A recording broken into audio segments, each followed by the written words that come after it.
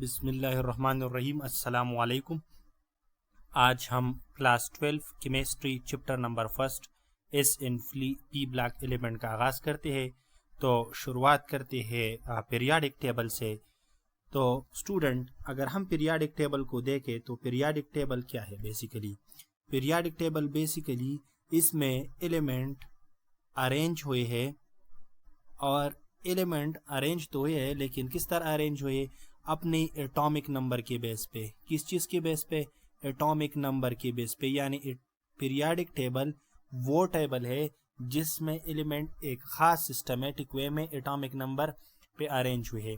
अब क्वेश्चन यहाँ पे एराइज होता है कि एटॉमिक नंबर के बेसिस पे हमने क्यों पीरियाडिक टेबल को बनाया, हमने मास नंबर के बेसिस पे क्यों नहीं बनाया? तो पहले तो पीरियाडिक टेबल जो था वो मास नंबर पे था, लेकिन ये जो मॉडर्न पीरियाडिक टेबल है ये एटॉमिक नंबर पे। और एटॉमिक नंबर पर इसी वजह से है कि मोज़ले ने जब ये डिस्कवर किया कि किसी भी एलिमेंट, किसी भी एटम की जो प्रॉपर्टी होती है वो एटॉमिक नंबर पे डिपेंड करती है। यानी जब एटॉमिक नंबर इंक्रीज होता है तो इसके साथ फ्रीक्वेंसी इंक्रीज होती है, एनर्जी इंक्रीज होती है और वेवलेंथ डिक्रीज होता है। यानी किसी भी एलिमेंट की जो फिजिकल और केमिकल प्रॉपर्टी वो मेनली एटॉमिक नंबर पे डिपेंड करता है। तो इसी वजह से मोज़ले ने पीरियाडिक टेबल को एटॉमिक नंबर के बेसिस पे बनाया। अब जो पीरियाडिक टेबल इन्होंने बनाया, तो पीरियाडिक टेबल में दो मेन चीजें हैं, एक है ग्रुप और दूसरा है हमारे पास पीरियड। ग्रुप क्या है?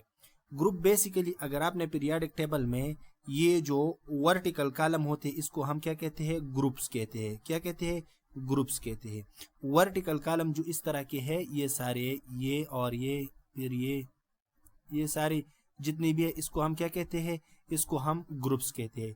तो पीरियाडिक टेबल में ग्रुप्स क्या है? Vertical column in the periodic table is called groups. अब ये ग्रुप्स जो है ये ऐसी नहीं बनाई गई, इसमें भी एक खास मंतिक है, एक खास रूल है। ये जो ग्रुप है इसको हम फैमिली भी कहते हैं, ठीक है। और हमारे पास पीरियाडिक टेबल में टोटल हमारे पास कितने ग्रुप्स है? 18 ग्रुप्स है। अब इन 18 ग्रुप्स में हमारे पास 8 ग्रुप्स जो है ये नॉर्मल एलिमेंट के हैं और 10 ग्रुप्स जो है ये ट्रांजिशन एलिमेंट के हैं। ग्रुप्स को हम फैमिली इस वजह से कहते हैं क्योंकि ग्रुप्स में हमारे पास जो वैलेंस शेल में जो इलेक्ट्रॉन की तादाद होता है वो सेम रहता है। यानी लेट सपोज अगर हम देखें तो ये हमारे पास फर्स्ट ग्रुप है, तो फर्स्ट ग्रुप के फर्स्ट पीरियड में हमारे पास 1s1, 2s1, 3s1, यानी ये जो है ये हमें पीरियड शो करता है कि ये फर्स्ट पीरियड है, ये सेकंड पीरियड है, ये थर्ड पीरियड है। और ये बेसिकली प्रिंसिपल क्वांटम नंबर है। यानी पीरियड जो है ये हमें प्रिंसिपल क्वांटम नंबर शो करता है। लेकिन अगर आप ग्रुप को देखें तो ये हमारे पास एस ब्लॉक का फर्स्ट ग्रुप है और पीरियाडिक टेबल का भी फर्स्ट ग्रुप है। इनके सारे एलिमेंट, चाहे सोडियम हो, चाहे लिथियम हो, चाहे हाइड्रोजन हो, इन सारों के एस सबशेल में 1 इलेक्ट्रॉन है। और आप सभी को मालूम है कि जो केमिकल बॉन्ड बनते हैं वो इलेक्ट्रॉन की वजह से बनते हैं। तो जब इलेक्ट्रॉन सेम होगा तो केमिकल बॉन्ड का नेचर या इनकी केमिकल रिएक्टिविटी जो है वो सेम होगी। तो इस वजह से हम इसको फैमिली कहते हैं। फिर है हमारे पास पीरियड। पीरियड जो है इसको, ये जो हॉरिजॉन्टल रोज होते हैं पीरियाडिक टेबल में इसको हम पीरियड कहते हैं। पीरियड ये जो इस तरह के होते हैं ना, इसको हम क्या कहते हैं? इसको हम पीरियड कहते हैं। ये हमारे पास पीरियड रहा, ये हमारे पास पीरियड रहा, ये और ये सारे हमारे पास क्या है? पीरियड। पीरियाडिक टेबल में हमारे पास टोटल 7 पीरियड है। कितनी पीरियड है? टोटल 7 पीरियड है। अब पीरियड की क्या खास बात है? ये जो पीरियड होती है इसमें प्रिंसिपल क्वांटम नंबर सेम होता है। यानी पीरियड में जो शेल है वो सेम रहता है, इसमें एडिशन शेल का नहीं होता, लेकिन सिर्फ सेम पीरियड में हमारे पास इलेक्ट्रॉन ऐड होते हैं, ठीक है। अब पीरियड को क्यों हम फैमिली नहीं कह सकते? पीरियड को हम इस वजह से फैमिली नहीं कह सकते क्योंकि अगर पीरियड में एक है 1s1, इसका अगर एस का 1 है तो फिर ये होगा 1s2, इस तरह का होगा। यानी वेल इस सबशेल में एक इलेक्ट्रॉन ऐड होगा, फिर पी में 1, 2, 3, 4, 5, 6 इस तरह चला जाएगा। यानी इसमें जो आउटर मोस्ट सबशेल होते हैं इसमें इलेक्ट्रॉन की तादाद जो है वो सेम नहीं रहता। तो इस वजह से इसका केमिकल नेचर और रिएक्टिविटी सेम नहीं रहती। तो इस वजह से हम पीरियड को फैमिली नहीं कह सकते, ठीक है। अब मैं आपको एक बात बताऊं, ये जो ग्रुप्स है और पीरियड है इनको हमने ब्लॉक्स में डिवाइड किया। और पीरियाडिक टेबल में टोटल हमारे पास 4 ब्लॉक्स है। कितने ब्लॉक्स है हमारे पास? 4 ब्लॉक्स है, ठीक है। और वो कौन कौन से, S block element, P block element, D block element और एफ ब्लॉक एलिमेंट। अब आप सभी को मालूम होगा, आपने 9th क्लास में भी पढ़ा होगा और फर्स्ट ईयर में भी पढ़ा होगा कि एस सबशेल में टोटल हमारे पास कितने इलेक्ट्रॉन आते हैं, 2। तो हमारे पास जो एस ब्लॉक एलिमेंट है इसमें टोटल कितने ग्रुप्स है, 2 ग्रुप है। इसी तरह अगर आप देखें तो फी में हमारे पास टोटल कितने इलेक्ट्रॉन आते हैं, 6। तो यहाँ पे हमारे पास टोटल कितने ग्रुप्स है, 6 ग्रुप है, ठीक है। फिर अगर आप डी को देखें तो डी में टोटल 10 इलेक्ट्रॉन आते हैं। तो यहाँ पर ये जो एरिया इसमें हमारे पास 10 ग्रुप्स है। और एफ में हमारे पास 14 इलेक्ट्रॉन आते हैं। तो यहाँ पर हमारे पास टोटल कितने ग्रुप्स है, 14 ग्रुप्स है यहाँ पर, यानी ये सारे जो है ये 14 ग्रुप्स है। तो जितने हमारे पास एफ सबशेल में इलेक्ट्रॉन आते हैं, जितने हमारे पास पी सबशेल में इलेक्ट्रॉन आते हैं, जितने एस, जितने डी, तो इतने ही इनके ग्रुप्स होंगे पीरियोडिक टेबल में। अब अगर आप देखें तो ये एस ब्लॉक जो है ये हमारे पास एक्सट्रीम लेफ्ट में है और इसमें पीरियोडिक टेबल का ग्रुप 1A और ग्रुप 2A है। मैंने आपको बताया कि हमारे पास पीरियोडिक टेबल में टोटल 18 ग्रुप्स है और 8 ग्रुप इसमें नॉर्मल एलिमेंट के और 10 ट्रांजिशन के। तो नॉर्मल एलिमेंट को हम ए से बी रिप्रेजेंट करते हैं और ट्रांजिशन को हम बी से रिप्रेजेंट करते हैं, ठीक है। तो ये जो ग्रुप्स है पीरियोडिक टेबल के, ग्रुप 1A और ग्रुप 2A, ये हमारे पास एस ब्लॉक में आते हैं और ये सारे के सारे मेटल है। ग्रुप 1 को हम अल्कली मेटल्स कहते हैं और ग्रुप 2 को हम अल्कलाइन अर्थ मेटल कहते हैं, ठीक है। फिर है हमारे पास पी, तो फी हमारे पास राइट हैंड साइड पे होता है। ये सारा हमारे पास क्या है, फी ब्लॉक एलिमेंट। और फी में हमारे पास 3A से लेकर 8A तक, यानी 3, 4, 5, 6, 7, 8, ये सारे ग्रुप्स जो है ये हमारे पास पी ब्लॉक में आते हैं। और डी ब्लॉक और एफ ब्लॉक को हम ट्रांजिशन एलिमेंट कहते हैं। फिर मेन ग्रुप को अगर हम देखें तो मेन ग्रुप में हमारे पास ये जो सारे मेन ग्रुप यानी जो नॉर्मल एलिमेंट है, इसको अगर हम देखें तो नॉर्मल एलिमेंट में हमारे पास एस ब्लॉक एलिमेंट है और पी ब्लॉक है। एस ब्लॉक की जितनी भी एलिमेंट है वो सारे के सारे मेटल है, एक्सेप्ट हाइड्रोजन जो मेटल नहीं है, गैस है। और फी ब्लॉक में हमारे पास मेटल भी मौजूद है, नॉन मेटल भी मौजूद है और मेटलाइड भी मौजूद है। अब हम ये जो हमारा चैप्टर है, इस चैप्टर में हम बेसिकली जो स्टार्ट करते हैं वो पीरियड 3 एलिमेंट से शुरू करते हैं। अब पीरियड 3 एलिमेंट से क्यों शुरू करते हैं, क्योंकि पीरियड 3 एलिमेंट की जितनी भी एलिमेंट, इसको हम टिपिकल एलिमेंट कहते हैं। यानी ये जो हमारे पास पीरियड 3 है ना, ये लेट सपोज हमारे पास 3rd पीरियड है, तो 3rd पीरियड की जितनी भी सारे एलिमेंट है, ये एलिमेंट इस पूरे ग्रुप को रिप्रेजेंट करता है, ये एलिमेंट इस पूरे ग्रुप को, ये एलिमेंट इस पूरे ग्रुप को। यानी अगर आप इसका एक एक एलिमेंट ले तो ये सारे अपने एलिमेंट के ग्रुप की प्रॉपर्टीज रिप्रेजेंट करते हैं। तो इस वजह से हम 3rd पीरियड एलिमेंट को डिस्कस करते हैं। अगर आपसे कोई प्रैक्टिकल में पूछे या कोई इंटरव्यू में पूछे कि हम 3rd पीरियड एलिमेंट को क्यों डिस्कस करते हैं, तो 3rd पीरियड एलिमेंट को हम इस वजह से डिस्कस करते हैं कि इसमें जितनी भी एलिमेंट है वो टिपिकल एलिमेंट है, हर एक अपनी फैमिली को, अपनी ग्रुप को रिप्रेजेंट करते हैं। तो जब हम 3rd पीरियड एलिमेंट डिस्कस करें तो गोया ऐसा हुआ कि हमने पूरा पीरियडिक टेबल डिस्कस किया। अब हम 3rd पीरियड एलिमेंट तो डिस्कस करेंगे, लेकिन सबसे पहले हम एटॉमिक रेडियाई के बारे में जानेंगे कि एटॉमिक रेडियाई क्या है। तो आप सभी को मालूम होगा कि रेडियाई क्या होता है। बेसिकली रेडियाई रेडियस का जमा है और रेडियस क्या होता है कि सेंटर से लेकर सरकमफेरेंस तक किसी भी सर्कल का जो डिस्टेंस होता है इसको हम रेडियस कहते हैं। ये सारे जो है इसको हम मैथमेटिक्स में सरकमफेरेंस कहते हैं, यानी वो सर्कल जो एक वो लाइन जो सर्कल को इनक्लोज करता है इसको हम सरकमफेरेंस कहते हैं, ठीक है। और इस सर्कल की जो सेंटर होता है इससे लेकर सरकमफेरेंस तक जो डिस्टेंस होता है इसको हम रेडियस कहते हैं।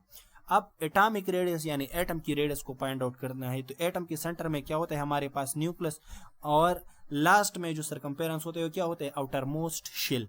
लेकिन आपको ये मालूम करना पड़ेगा, अब इस लेक्चर से आपको ये मालूम हो जाएगा कि हमारे पास जो एलिमेंट है या ये जो एटम है, एटम की जो आउटर मोस्ट शेल है, ये इसका एग्जैक्ट लोकेशन हमें मालूम नहीं है, क्योंकि इलेक्ट्रॉन क्लाउड के फॉर्म में होते हैं, यहाँ भी हो सकता है, यहाँ भी हो सकता है। तो इस वजह से exact atomic radii find out करना इम्पॉसिबल है। तो हम क्या करते हैं, हम inter nuclear distance find out करते हैं। इंटर न्यूक्लियर डिस्टेंस का मतलब यह है कि ये एक एटम है और ये दूसरा एटम है, दोनों सेम एटम है और दोनों ने एक दूसरे के साथ बॉन्ड बनाया है। तो इस एटम की न्यूक्लियस और इस एटम की न्यूक्लियस के बीच जो डिस्टेंस होता है इसको हम इंटर न्यूक्लियर डिस्टेंस कहते हैं, यानी दो एटम के बीच जो डिस्टेंस होता है। इसी इंटर न्यूक्लियर डिस्टेंस से हम एटॉमिक रेडियाई, कोवेलेंट रेडियाई, ये सारे क्या करते हैं, मालूम करते हैं। अब हम बात करते हैं पीरियड 3 की। तो पीरियड 3 में टोटल हमारे पास 8 एलिमेंट है। कौन कौन से है? सोडियम है, magnesium, aluminium, silicon, phosphorus, sulphur, chlorine और आर्गन। ठीक है। फिर मैंने यहाँ पे यह बात आपको बताई कि electron cloud do not have a fixed outer as making direct boundary measurement impossible, यानी इलेक्ट्रॉन के पास जो है ये क्लाउड के फॉर्म में होता है, इसकी एक खास एज नहीं होती, एक खास बाउंड्री नहीं होती, जिसकी वजह से इसका मेजरमेंट इम्पॉसिबल होता है। तो इसी वजह से एटॉमिक साइज को हम डिटरमाइन करते हैं by measuring the inter nuclear distance, यानी दो एटम की न्यूक्लियस के बीच जो डिस्टेंस होता है between two bonded or neighbouring nuclear, यानी वो एटम जो एक दूसरे के साथ बॉन्डेड होते हैं या वो एटम जो एक दूसरे के साथ नाइबरिंग में होते हैं, यानी बॉन्ड नहीं बनाया होता। अब अगर हम थर्ड पीरियड एलिमेंट की क्लासिफिकेशन करें तो थर्ड पीरियड एलिमेंट में एस ब्लॉक है हमारे पास और फी ब्लॉक है। एस ब्लॉक में हमारे पास सोडियम है और मैग्नीशियम है। सोडियम और मैग्नीशियम दोनों मेटल है। मैंने आपको बताया कि एस ब्लॉक में हमारे पास सारे के सारे मेटल है और फी ब्लॉक में हमारे पास मेटल भी है, मेटलाइड भी है, नॉन मेटल भी है। अब अगर थर्ड पीरियड वाले एलिमेंट में हम देखें तो एल्यूमिनियम हमारे पास मेटल है, सिलिकॉन हमारे पास मेटलाइड है, यानी इसमें मेटल और नॉन मेटल दोनों की प्रॉपर्टीज होती है। फास्फोरस, सल्फर, क्लोरीन और आर्गन जो है ये हमारे पास क्या है, ये हमारे पास नॉन मेटल है। अब हम एटॉमिक रेडियाई को प्रॉपर डिफाइन करते हैं। तो एटॉमिक रेडियाई क्या है? एटॉमिक रेडियाई बेसिकली क्या है? The distance from the centre of the nucleus to the outer most shell of an atom or ion. मैंने आपको बताया कि ये बेसिकली एटॉमिक रेडियाई तो किसी भी एटम की न्यूक्लियस से लेकर इसके आउटर मोस्ट शिल तक जो डिस्टेंस होता है वो एटॉमिक रेडियाई कहलाता है। लेकिन हमारे पास जो शिल है ये इलेक्ट्रॉन का क्लाउड होता है, एक्सपेक्ट इज नहीं होता, तो इस वजह से इसको मेजर करना इम्पॉसिबल होता है। तो इस वजह से हम कोवेलेंट रेडियाई, मेटेलिक रेडियाई और वंडरवाल रेडियाई डिस्कस करते हैं। अब कोवेलेंट रेडियाई क्या है? आपको मालूम होगा कि कोवेलेंट बॉन्ड क्या है। जब दो एटम एक दूसरे के साथ बॉन्ड बनाते हैं और ये इलेक्ट्रॉन शेयर करते हैं तो इस किस्म के बॉन्ड को हम कोवेलेंट बॉन्ड कहते हैं। अब ये एक एटम है और ये एक एटम है, ये एक इस एटम का न्यूक्लियस है और ये इस एटम का न्यूक्लियस, इस दोनों एटम की न्यूक्लियस के बीच जो डिस्टेंस है, जब हम ये डिस्टेंस डी पे मैंने डिनोट किया, जब हम इस डिस्टेंस का हाफ ले तो इसको हम कोवेलेंट रेडियस कहते हैं। यानी जब दो कोवेलेंट बॉन्डेड एटम के न्यूक्लियस के बीच जो डिस्टेंस होता है इसका हम हाफ ले तो इसको हम क्या कहते हैं? Covalent radius. यानी 1/2 of the distance between the nuclei of two identical atom joined by a single covalent bond. इसको हम मैथमेटिकली इस तरह रिप्रेजेंट करते हैं कि inter nuclear distance divide by 2। ये हमारे पास क्या है? एक एटम है, तो इस एटम के न्यूक्लियस से लेकर आउटर मोस्ट शेल तक जो डिस्टेंस होता है इसको हम एटॉमिक रेडियस कहते हैं। लेकिन ये पॉसिबल नहीं है, तो इस वजह से हम कोवेलेंट रेडियस डिस्कस करते हैं। ये एटम और ये एटम एक दूसरे के साथ बॉन्ड बने हैं। फिर हमारे पास है, अगर हम देखें तो क्लोरीन मॉलिक्यूल जो है, ये क्लोरीन एटम है और ये क्लोरीन एटम, इस क्लोरीन एटम की न्यूक्लियस और इस क्लोरीन एटम की न्यूक्लियस के बीच 198 पिकोमीटर डिस्टेंस है। तो इसका कोवेलेंट रेडियाई कितना होगा? तो 198 को हम क्या करते हैं? 2 पे डिवाइड करते हैं तो इससे 99 आ जाता है। तो क्लोरीन एटम का जो कोवेलेंट रेडियस है वो 99 पिकोमीटर है। फिर है वंडरवाल रेडियस। अब मैं आपको एक बात बताऊं, आपने ये सुना होगा कि हमारे पास जितनी भी नोबल गैसेस है वो ऑर्डिनरी कंडीशन में बॉन्ड नहीं बनाते। तो जब वो बॉन्ड नहीं बनाते तो इस वजह से जो नोबल गैसेस है वो ऑर्डिनरी कंडीशन में जो है स्टेबल रहते हैं और मतलब मॉलिक्यूल के फॉर्म में एग्जिस्ट नहीं करते। जब मॉलिक्यूल के फॉर्म में एग्जिस्ट नहीं करते तो इनके बीच बॉन्ड नहीं होगा, तो इसकी हम जो रेडियस है वो किस तरह फाइंड आउट करेंगे? तो इसकी रेडियस हम इस तरह फाइंड आउट करेंगे कि ये लेट सपोज हमारे पास हीलियम एटम है, ये भी नोबल गैस है और ये भी हीलियम का एक एटम है, यानी हीलियम के बहुत सारे एटम हैं। ये एटम और ये एटम एक दूसरे के नाइबरिंग एटम है, दोनों नॉन बॉन्डेड है और सेम मॉलिक्यूल है। तो इनके बीच जो डिस्टेंस होगा हम इसी डिस्टेंस को हाफ करेंगे तो इसको हम क्या कहते हैं? Van der Waals radius. यानी वंडरवाल रेडियस क्या होता है? 1/2 of the distance between the nuclei of two non bonded atom, two non bonded identical neighbouring atom. यानी हमारे पास दो एटम है, दोनों ने बॉन्ड नहीं बनाया, दोनों एक दूसरे के साथ एडजेसेंट है यानी सेम मॉलिक्यूल में और सॉलिड स्टेट में है। तो इनकी न्यूक्लियस के बीच जो डिस्टेंस होता है जब हम इसका हाफ ले तो इसको हम वंडरवाल रेडियस कहते हैं। अब इससे आपको एक बात समझ में आई होगी कि जो हमारे पास कोवेलेंट रेडियस है कोवेलेंट बॉन्डेड एटम तो एक दूसरे के साथ इलेक्ट्रॉन शेयर करते हैं और प्रॉपर ओवरलैप करते हैं यानी स्ट्रांग बॉन्ड बनाते हैं। तो इस वजह से अगर हम देखें तो कोवेलेंट रेडियाई स्मॉलर होगा as compare to van der Waals radii, क्योंकि वंडरवाल रेडियाई में तो बॉन्ड नहीं बनता ना, एटम सिर्फ एक दूसरे के करीब होते हैं। तो इन दो एटम की न्यूक्लियस के बीच हम डिस्टेंस फाइंड आउट करते हैं। फिर है मेटेलिक बॉन्ड। तो मेटेलिक बॉन्ड मेटल्स में बनते हैं। मेटल्स में क्या होता है हमारे पास, आप सभी को मालूम है कि जब हमारे पास मेटल होता है तो मेटल में न्यूक्लियस का अपने आउटर मोस्ट इलेक्ट्रॉन पे होल्ड नहीं रहता। तो जब होल्ड नहीं रहता तो ये इलेक्ट्रॉन लॉस कर जाते हैं और इस एटम पे पॉजिटिव चार्ज आते हैं। इसको पॉजिटिव चार्ज वैलेंसी कहते हैं। तो इसी पॉजिटिव चार्ज वैलेंसी के सामने जो और पॉजिटिव चार्ज वैलेंसी होती है, इन दोनों के बीच जो डिस्टेंस होते हैं इसको हम मेटेलिक रेडियस कहते हैं, यानी 1/2 of the total distance between the nuclear of two adjacent metal cation. Metal cation means वो मेटल एटम जिसने इलेक्ट्रॉन लॉस किया हो। इन अ मेटेलिक क्रिस्टल, यानी मेटेलिक क्रिस्टल में हमारे पास जो एटम्स होते हैं जब वो इलेक्ट्रॉन लॉस करते हैं और इससे मेटल केटाइन्स बनते हैं, जब वो दो मेटल केटाइन एक दूसरे के बीच आ जाते हैं तो इन दो मेटल केटाइन के बीच, इन न्यूक्लियस के बीच जो डिस्टेंस होती है इसको हम मेटेलिक रेडियस कहते हैं। अब आप कहेंगे कि पॉजिटिव तो पॉजिटिव को रिपल करेगा, किस तरह ये दूसरे के पास आ जाते हैं। तो हमारे पास ये जो इलेक्ट्रॉन होते हैं इस इलेक्ट्रॉन से इलेक्ट्रॉन फूल या इलेक्ट्रॉन गैस बन जाते हैं। तो ये इलेक्ट्रॉन इस एटम को अट्रैक्ट करेगा, ये इलेक्ट्रॉन यहाँ पे जो एटम है इसको अट्रैक्ट करेगा, यानी अट्रैक्टिव फोर्स ज्यादा होगा तो ये इसको अट्रैक्ट करेगा, ये इसको अट्रैक्ट करेगा, तो ये दोनों अल्टरनेटली एक दूसरे के सामने आ जाएंगे। ठीक है। फिर है हमारे पास इलेक्ट्रॉनिक कॉन्फ़िगरेशन। तो इलेक्ट्रॉनिक कॉन्फ़िगरेशन बेसिकली क्या होता है कि किसी भी एलिमेंट, किसी भी एटम में इलेक्ट्रॉन की डिस्ट्रीब्यूशन को हम इलेक्ट्रॉनिक कॉन्फ़िगरेशन कहते हैं। अब इलेक्ट्रॉन की डिस्ट्रीब्यूशन किस चीज में होते हैं, शेल में होते हैं, फिर शेल में सबशेल में होते हैं और सबशेल में ऑर्बिटल में होते हैं। तो यहाँ पर हम सबशेल लेवल पे डिस्कस करेंगे। तो इलेक्ट्रॉनिक कॉन्फ़िगरेशन के लिए तो बेसिकली एक फार्मूला है, वो मैं आपको बताऊंगा। यहाँ पे मैं स्पेस ढूंढता हूँ कि मेरे नोट्स में स्पेस है कि नहीं है। ठीक है, थोड़ा बहुत स्पेस अब यहाँ पे बन गया। इसके लिए एक फार्मूला मैंने लिखा है SSPSPS, ठीक है, DPS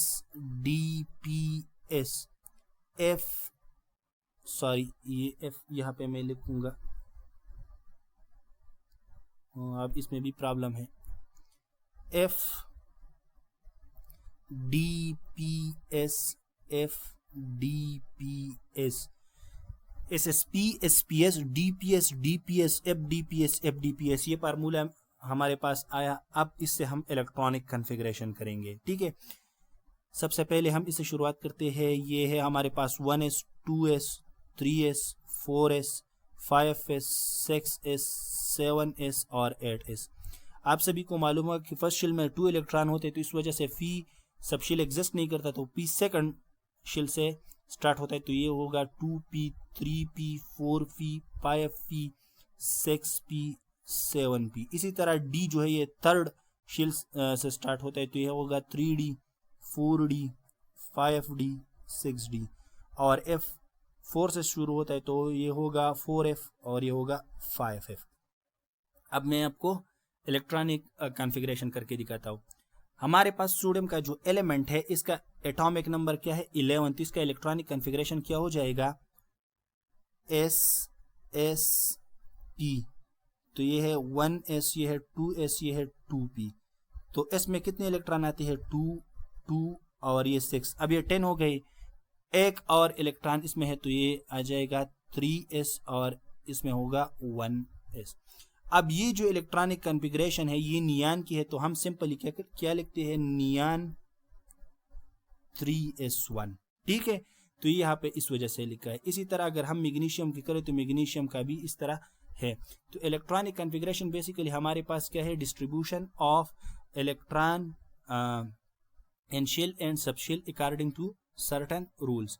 अब अगर हम पीरियड 3 के एलिमेंट को देखें तो सोडियम है हमारे पास, तो सोडियम का एटॉमिक नंबर 11 और इसका इलेक्ट्रॉनिक कॉन्फ़िगरेशन ये है। अब हम इसकी एटॉमिक रेडियस को देखें तो एटॉमिक रेडियस इसका है 186 पिकोमीटर। इसी तरह मैग्नीशियम का एटॉमिक रेडियस सोडियम से कम है 160 पिकोमीटर। इसी तरह एल्यूमिनियम का एटॉमिक रेडियस इनसे कम है, फिर सिलिकॉन का इनसे कम है। यानी अगर हम देखें तो एक प्रॉपर ट्रेंड है, लेकिन जब हम अर्गान पे आते हैं तो एकदम इसका एटॉमिक रेडियस क्या होता है, इंक्रीज होता है। अब यहाँ पे क्वेश्चन राइज होता है कि अर्गान का क्यों इंक्रीज होता है। तो हमारे पास ये जो सोडियम है, मैग्नीशियम है, एल्यूमिनियम है, ये सारे हमारे पास क्या है, ये हमारे पास है मेटल्स, ठीक है। और आप सभी को मालूम है कि मेटल में हमारे पास मेटेलिक बॉन्ड होता है, तो इस वजह से इसमें मेटेलिक रेडियाई होता है। और मेटेलिक रेडियाई वीक है, मेटेलिक बॉन्ड वीक है as compare to covalent bond, तो इस वजह से मेटेलिक रेडियाई का साइज जो है वो ज्यादा है। यानी सोडियम, मैग्नीशियम और एल्यूमिनियम का साइज इस वजह से ज्यादा है कि इनके बीच मेटेलिक बॉन्ड है, ठीक है। सिलिकॉन में भी मेटेलिक बॉन्ड है। लेकिन अगर हम बात करें फास्फोरस, सल्फर और क्लोरीन की, तो इनके बीच कोवेलेंट बॉन्ड है और कोवेलेंट बॉन्ड बहुत ज़्यादा स्ट्रांग बॉन्ड है, तो इस वजह से एटम एक दूसरे की बहुत ज़्यादा करीब होते हैं। और इस वजह से क्या होता है, इसका जो रेडियाई होता है वो स्मॉलर होता है। लेकिन जब हम अर्गान पे आते हैं तो अर्गान वंडरवाल रेडियाई इसमें एग्जिस्ट करते हैं, क्योंकि अर्गान नोबल गैस है, प्रॉपर बॉन्ड नहीं बनाता, तो इस वजह से इन दोनों एटम के बीच डिस्टेंस बहुत ज़्यादा होता है, तो इस वजह से इसका एटॉमिक रेडियाई बहुत ज़्यादा है। तो अगर हम ट्रेंड को देखें तो सबसे ज़्यादा atomic radii third period element में अर्गान का है, फिर है सोडियम, फिर है मैग्नीशियम, फिर है एल्यूमिनियम, फिर है सिलिकॉन, फिर है फास्फोरस, फिर है सल्फर और लास्ट में है क्लोरीन। अब हम डिस्कस करेंगे group 1A atomic radii trend, यानी ग्रुप 1 में हम डिस्कस करेंगे पीरियड में। तो हमें पता चला कि एटॉमिक रेडियस जो है ये क्या होता है, ये हमारे पास डिक्रीज होता है, एक्सेप्ट नोबल गैसेस जो एक्सेप्शन शो करते हो इस वजह से कि इनके बीच वंडरवाल रेडियाई होता है। लेकिन जब हम ग्रुप्स में आते हैं तो ग्रुप में तो सारे एलिमेंट एक जैसे होते हैं, तो इसके एटॉमिक साइज के साथ क्या होता है, इसके एटॉमिक साइज क्या होता है, इंक्रीज होता है। ग्रुप में एटॉमिक साइज क्यों इंक्रीज होता है। यहाँ पे अगर हम देखें तो लिथियम का एटॉमिक साइज सोडियम से कम है, सोडियम का एटॉमिक साइज पोटेशियम से, और पोटेशियम का रुबिडियम से, रुबिडियम का सीजियम से। यहाँ पर क्वेश्चन अराइज होता है कि क्यों एटॉमिक साइज जो है डाउन द ग्रुप इंक्रीज होता है। तो down the group atomic size क्यों इंक्रीज होता है, इस वजह से इंक्रीज होते हैं कि एक्स्ट्रा शेल ऐड होते हैं, और जब एक्स्ट्रा शेल ऐड होते हैं तो हमारे पास इफेक्टिव न्यूक्लियर चार्ज जो होता है, इफेक्टिव न्यूक्लियर चार्ज क्या है, इफेक्टिव न्यूक्लियर चार्ज यानी जो न्यूक्लियस है ये इलेक्ट्रॉन अपने साथ अट्रैक्ट करते हैं ना, तो ये न्यूक्लियस जब इलेक्ट्रॉन को अट्रैक्ट करते हैं तो एटम की साइज डिक्रीज होगा ना। तो जब ये इफेक्टिव न्यूक्लियर चार्ज कम होगा तो क्या होगा, इलेक्ट्रॉन जो है ये न्यूक्लियस से दूर होंगे, जब दूर होंगे तो साइज खुद ब खुद ज्यादा होगा ना। तो इस वजह से जब हम ग्रुप में आते हैं तो ग्रुप में हमारे पास शेल ऐड होते हैं, शेल की ऐड होने की वजह से इफेक्टिव न्यूक्लियर चार्ज डिक्रीज होता है, और इफेक्टिव न्यूक्लियर चार्ज की डिक्रीज होने की वजह से एटॉमिक रेडियस जो है ये इंक्रीज होता है। लेकिन पीरियड में अगर हम देखें तो पीरियड में हमारे पास एक्स्ट्रा शेल ऐड नहीं होता। पीरियड में क्या होता है हमारे पास, पीरियड में extra shell, no extra shell, same shell में इलेक्ट्रॉन ऐड होते हैं। जब सेम शेल में इलेक्ट्रॉन ऐड होते हैं तो डिस्टेंस तो सेम रहता है, और इलेक्ट्रॉन ऐड होते हैं तो एटम की न्यूक्लियस जो इलेक्ट्रॉन पे अट्रैक्टिव पुल लगाता है, तो इस वजह से क्या होता है, इफेक्टिव न्यूक्लियर चार्ज इंक्रीज होता है। जब इफेक्टिव न्यूक्लियर चार्ज इंक्रीज होता है और शेल ऐड नहीं होता, तो इस वजह से हमारे पास एटम एक दूसरे के साथ क्लोज आ जाते हैं। जब क्लोज आ जाते हैं तो इनके बीच डिस्टेंस कम हो जाता है, तो इस वजह से पीरियड में हमारे पास एटॉमिक रेडियस जो है ये डिक्रीज होता है, ठीक है। तो ये हमने आपको बताया कि वंडरवाल रेडियस जो है ये ज्यादा है मेटेलिक रेडियस से, और मेटेलिक रेडियस कोवेलेंट रेडियस से। अब यहाँ पर कुछ एक्सप्लेनेशन मैंने लिखा है कि ये जो वंडरवाल रेडियस है, वंडरवाल फोर्स है, ये वीक इंटर मालिकुलर फोर्स है, यानी एक मालिक्यूल और दूसरे मालिक्यूल के बीच होता है, और ये नॉन बॉन्डेड मालिक्यूल एक दूसरे से अलग रखते हैं, लॉन्ग डिस्टेंस होता है, तो इस वजह से वंडरवाल रेडियस ज्यादा होते हैं। लेकिन मेटेलिक बॉन्ड जो है स्ट्रांग इलेक्ट्रोस्टैटिक अट्रैक्शन है, इलेक्ट्रोस्टैटिक इस वजह से हम कहते हैं क्योंकि चार्जेस है, पॉजिटिव चार्ज है कैटाइन है, और नेगेटिव चार्ज इलेक्ट्रॉन है, और ये मूवमेंट नहीं करता, स्टैटिक रहते हैं, और ये एक खास इलेक्ट्रिक चार्ज है, तो इस वजह से हम इसको इलेक्ट्रोस्टैटिक चार्जेस कहते हैं। यानी इन इलेक्ट्रोस्टैटिक चार्जेस के बीच अट्रैक्शन है, जिसकी वजह से मेटल के टाइम एक दूसरे के करीब आ जाते हैं, और इनके बीच जो पोर्स या जो बॉन्ड डेवलप होते हैं इसको हम मेटेलिक बॉन्ड कहते हैं। और कोवेलेंट बॉन्ड में तो डायरेक्टली ओवरलैप होता है, यानी ये एटम और ये एटम एक दूसरे के साथ ओवरलैप करते हैं, तो इस वजह से कोवेलेंट बॉन्ड जो है ये बहुत ज़्यादा स्ट्रांग होता है, और डिस्टेंस इनके बीच बहुत ज़्यादा कम रहती है। अगर हम अक्रॉस द पीरियड देखें तो third period element atomic radius decrease की, सॉरी मैंने पश्तो में बोला ना, हमें पठान हो तो बीच में पश्तो भी आ जाती है। एटॉमिक रेडियस जनरली डिक्रीज होता है फ्रॉम सोडियम टू क्लोरीन। मैंने आपको बताया कि पीरियड में एटॉमिक रेडियस डिक्रीज होता है। क्यों डिक्रीज होता है? क्योंकि हमारे पास ये जो इफेक्टिव न्यूक्लियर चार्ज है ये इंक्रीज हो जाता है और शील्डिंग इफेक्ट कांस्टेंट रहता है। क्यों शील्डिंग इफेक्ट कांस्टेंट रहता है? क्योंकि शील्ड ऐड नहीं होता। अब आप कहेंगे कि शील्डिंग इफेक्ट क्या है, तो शील्डिंग इफेक्ट का मैं आपको बताऊं कि हमारे पास लेट सपोज ये इलेक्ट्रॉन है और सॉरी ये एटम है और ये न्यूक्लियस है और ये इलेक्ट्रॉन है। फर्स्ट शील्ड में तो 2 इलेक्ट्रॉन होते हैं, मैंने यहाँ पे 3 बनाए, सॉरी। अब जब ये एक न्यूक्लियस है, ये न्यूक्लियस जब इस इलेक्ट्रॉन को अट्रैक्ट करेगा तो सबसे पहले इस इलेक्ट्रॉन पे फोर्स अप्लाई करेगा और फिर इस पे अप्लाई करेगा, बाद में इस पे फोर्स अप्लाई करेगा।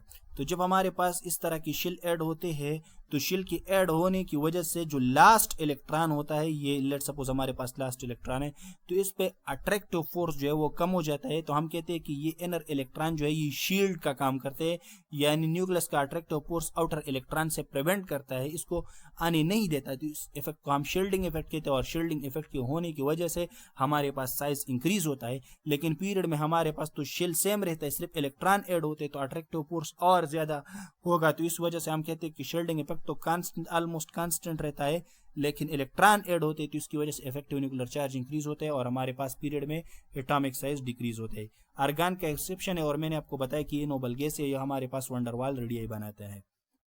फिर डाउन द ग्रुप जब हम आते हैं तो एटॉमिक रेडियस जो है ये इंक्रीज होता है। क्यों इंक्रीज होता है? क्योंकि हमारे पास एक्स्ट्रा शेल ऐड होते हैं। जब एक्स्ट्रा शेल ऐड होते हैं तो शील्डिंग इफेक्ट भी ज्यादा होता है, क्योंकि हमारे पास न्यूक्लियस का फुल जो होता है वो बहुत ज्यादा कम होता है वैलेंस इलेक्ट्रॉन पे, क्योंकि इनर इलेक्ट्रॉन जो है ये न्यूक्लियस के अट्रैक्टिव फोर्स को आउटर मोस्ट इलेक्ट्रॉन से प्रिवेंट करती है। तो इस वजह से हमारे पास जो इफेक्टिव न्यूक्लियर चार्ज है वो डिक्रीज हो जाता है और एटॉमिक रेडियाई इंक्रीज हो जाता है।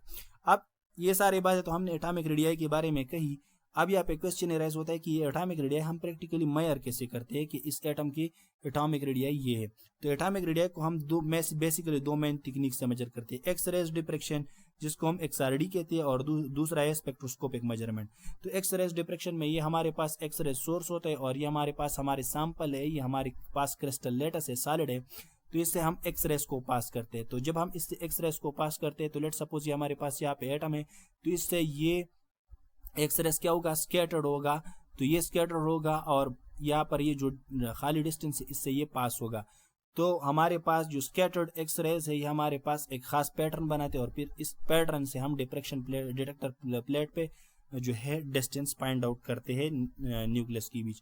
इसी तरह स्पेक्ट्रोस्कोपिक मेजरमेंट में क्या होता है हमारे पास कि हमारे पास लाइट होता है, लाइट को हम सैंपल से पास करते हैं। तो जब हम लाइट को सैंपल से पास करते हैं तो हर एक सैंपल एक खास लाइट को जो है एब्जॉर्व करता है। तो यहाँ पर एक खास लाइट जो है ये एब्जॉर्ब होता है और बाकी जो एब्जॉर्ब नहीं होता और ट्रांसमिटेड रहता है और ट्रांसमिटेड यहाँ पर शो हमारे पास होता है। तो जहाँ से लाइट ट्रांसमिटेड होता है तो फिर हम इससे फाइंड आउट करते हैं कि हमारे पास ये जो एटम्स है, जो मालिक्यूल है, इनकी बीच डिस्टेंस क्या है। यहाँ पे मैंने कुछ मल्टीपल चॉइस क्वेश्चन लिखे हैं, इसको सबसे पहले पढ़ते हैं। Which element in period 3 है the smallest covalent atomic radius, यानी पीरियड 3 में किस एलिमेंट किस जो कोवेलेंट एटॉमिक रेडियस वो सबसे स्मॉलर है। तो हमारे पास क्लोरीन जो है इसका एटॉमिक रेडियस सबसे स्मॉलर है और ये मैंने आपको बताया क्योंकि जब हम पीरियड 3 में जाते हैं तो हमारे पास एटॉमिक रेडियस डिक्रीज होता है। क्यों डिक्रीज होता है? क्योंकि हमारे पास शील्डिंग इफेक्ट कांस्टेंट रहता है और इफेक्टिव न्यूक्लियर चार्ज इंक्रीज हो जाता है। तो इस वजह से है हमारे पास साइज क्या होता है, डिक्रीज हो जाता है।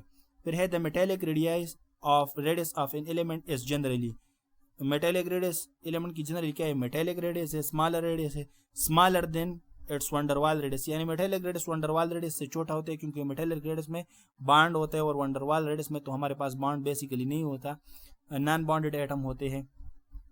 Why does atomic size increase top to bottom down the group? Down the group atomic size क्यों इंक्रीज हो जाता है? इस वजह से इंक्रीज हो जाता है कि हमारे पास शील्डिंग इफेक्ट जो है वो इंक्रीज हो जाता है। और शील्डिंग इफेक्ट क्यों इंक्रीज हो जाता है? क्योंकि जो शील होते हैं वो ऐड हो जाते हैं और इफेक्टिव न्यूक्लियर चार्ज डिक्रीज हो जाते हैं। तो effective nuclear charge decrease drastically the addition of new electron shell, हाँ न्यू इलेक्ट्रॉन शील होते हैं जिसकी वजह से ये इफेक्टिव न्यूक्लियर चार्ज को डोमिनेट करते हैं। हाँ यहाँ पर इन्होंने लिखा है कि effective nuclear charge decrease drastically नहीं है, नीचे भी इफेक्टिव न्यूक्लियर चार्ज इंक्रीज होते हैं, ऐसा नहीं कि डिक्रीज होते हैं। और पीरियड में भी इंक्रीज होते हैं, लेकिन नीचे जो इफेक्टिव न्यूक्लियर चार्ज इंक्रीज होते हैं एज कंपेयर टू शील, इसका इफेक्ट कम रहता है, तो इस वजह से हम कहते हैं कि डिक्रीज हो जाती है। ये हम कंपैरिजन में कहते हैं, जनरली ये डिक्रीज नहीं होते, क्योंकि जब इलेक्ट्रॉन ऐड होते हैं तो इलेक्ट्रॉन और न्यूक्लियस के बीच तो फोर्सेस डेवलप होगा ना, तो इस वजह से जनरली इसमें भी जो फोर्स है वो इफेक्टिव न्यूक्लियर चार्ज है वो इंक्रीज होता है। The addition of new electron shell dominate over nuclear charge, ये सॉरी ये आंसर तो है। What is the covalent radius of chlorine atom if the internuclear distance is in chlorine molecule is 198 फेकोमीटर। तो मैंने आपको बताया कि हम डिस्टेंस को हाफ करेंगे तो इससे आ जाएगा 99 फेकोमीटर, तो यहाँ पर हमारे पास आंसर है 99 फेकोमीटर। तो ये था आज का हमारा लेक्चर। उम्मीद करता हूँ कि आपको इससे बहुत कुछ सीखने को मिला होगा। Thank you very much. अल्लाह हाफिज़।